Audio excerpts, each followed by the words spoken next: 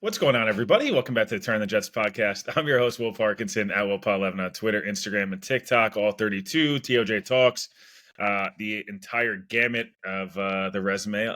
Thankfully, gets longer and longer.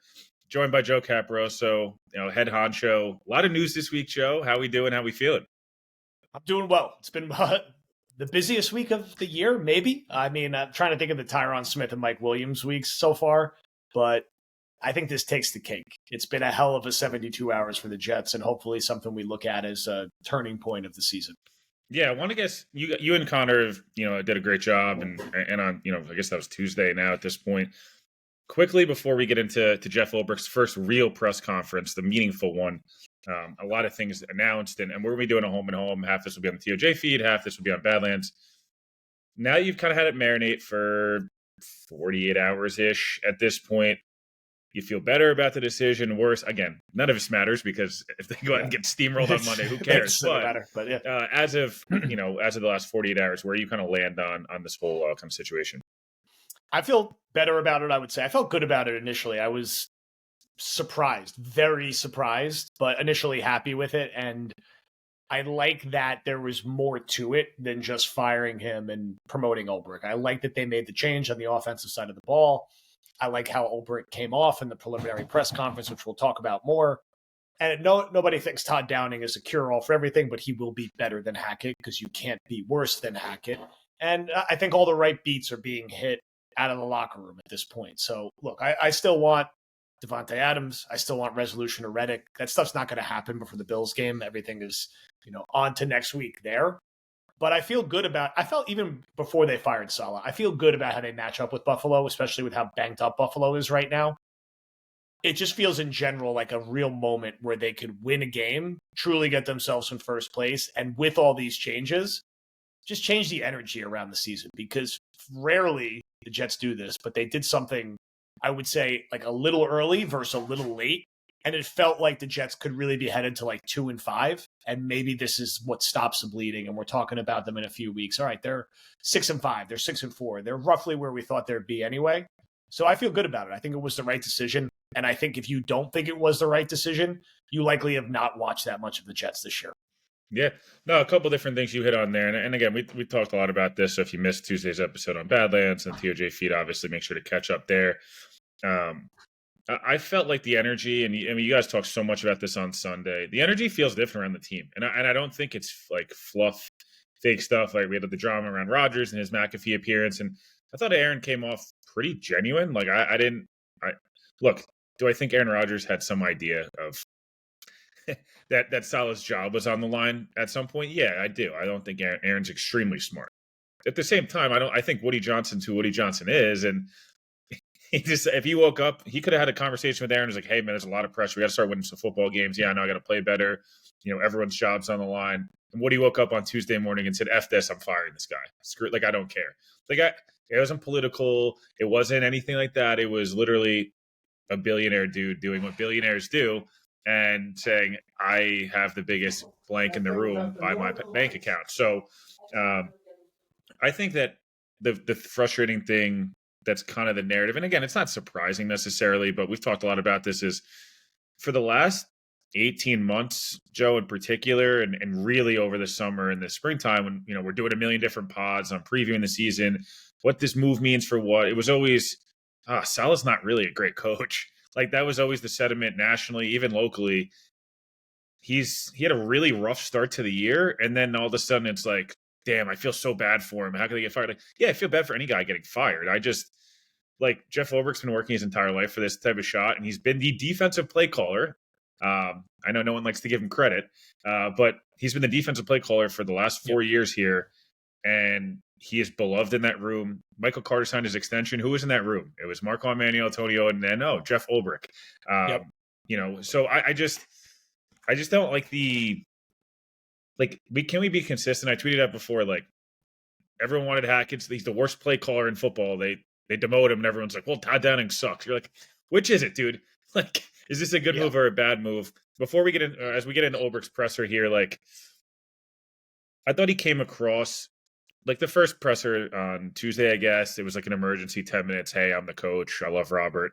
And that's great. Like, I think he was extremely nervous. You saw Ulbrich, like full Ulbrich today.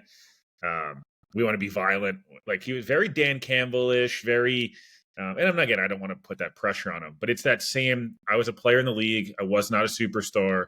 I was kind of known for being a lunatic a little bit.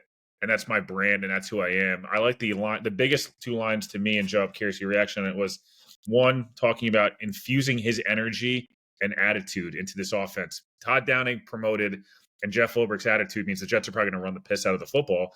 And secondly, Ulbrich talked about the penalties not being okay. And he's like, I'm good with someone being extremely violent in a penalty. He's like, the pre-snap stuff. We have not heard the Jets talk about this this isn't okay. Ulbrich's like, we cannot have false starts, pre-snap penalties. That to me was like not glossing over it and saying, oh, we'll get it right. He was like, it has to get right. There's a standard, and if you're either with it or you're not with it.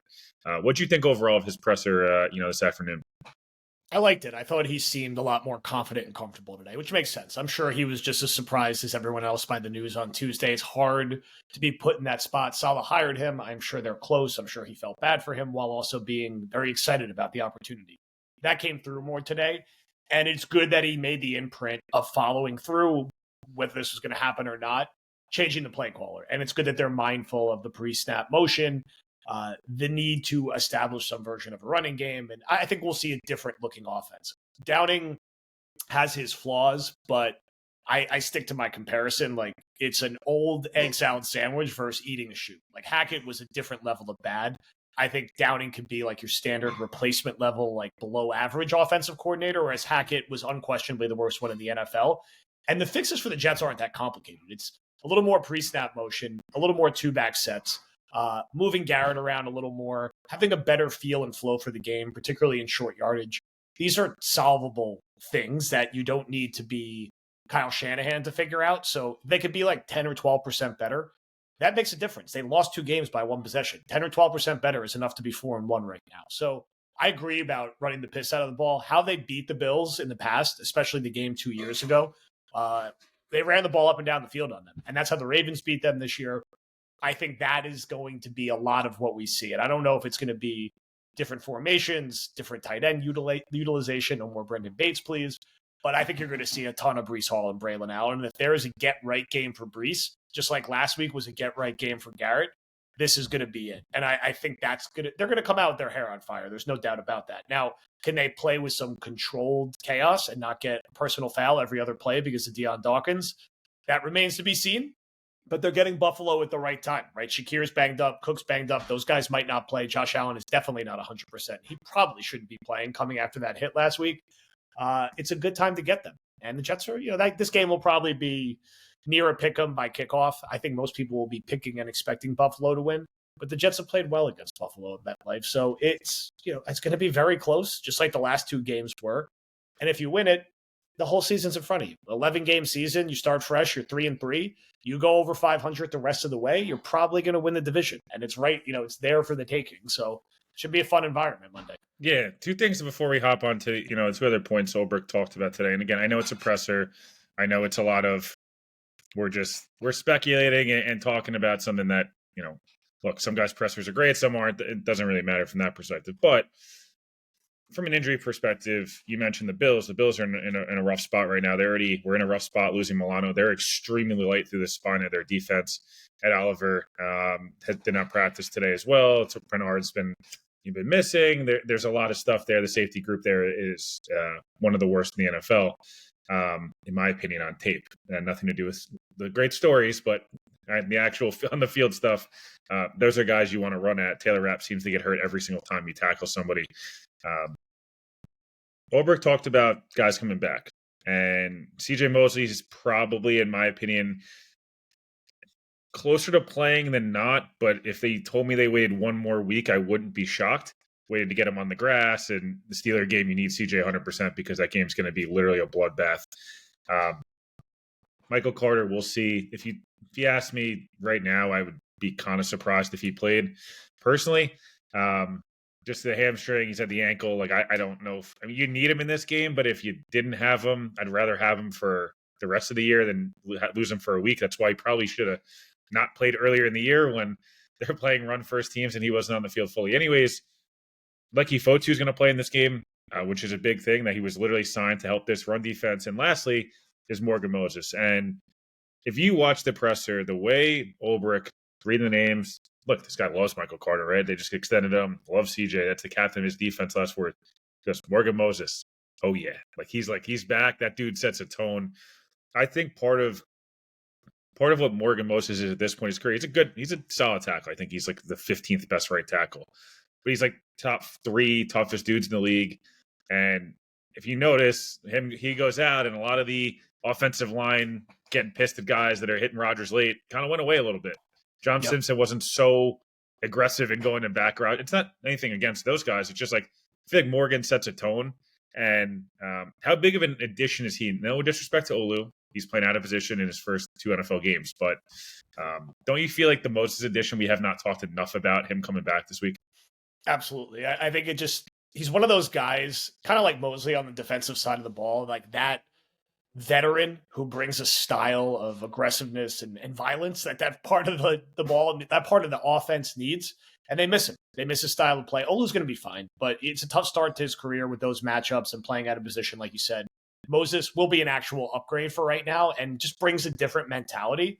And also, I don't want to oversell it, but getting like another big body on the defensive line with Leaky Fotu is not a bad thing, certainly. So getting an offensive lineman back and getting a defensive lineman back this week is great timing, even if they don't get Mosley and Carter. Ideally, you do. I'd prefer if they just waited until Mosley was 100% because, like you said, the Pittsburgh game is going to be like 75 carries from Pittsburgh and Justin Fields running around. So maybe save him for that one. Let's see. Moses will make a big difference, and I think it will go back to a game plan where I could be wrong, and they may still stink running the football, but I feel like we're getting a combined 25 to 32 carries from Braylon Allen and Breece Hall, both of them, having somewhere between 50 and 85 yards, and both of them heavily involved in the short passing game. It feels like the entire game will run through those two guys in many ways, especially because they want to protect Rodgers. Like, Rodgers is not going to be 100% in this game. I don't know if he's going to be 100% again the rest of the season, but he's definitely very banged up right now. You cannot be dropping him back 55 times in this game. He needs to throw like 30 passes, maybe, or like less. Like, let him go 20 to 27 for 195 yards and have the game flow run through their running backs, because that's been a good formula for playing Buffalo. And I think that's how they win this one with how the team is set up right now. Yeah, I would say ideally 80% of the time it's Garrett, Mike Williams, or Lazard, Conklin, Allen, and Hall all to field at the same time. And just like, you're gonna have to literally honor every single part of the field.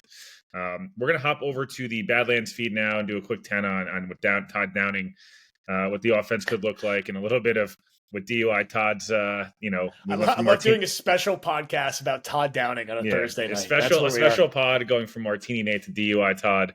Oh my God. Yeah. The spin zone in which they have Derek Carr and Todd Downing is just one of the worst of all time. But appreciate it for listening. I'll be back on the feed. Zach Rosenblatt will join me on TOJ Talks on Saturday, and tomorrow all 32 will be out. We'll be covering the whole league, including Jets Bills.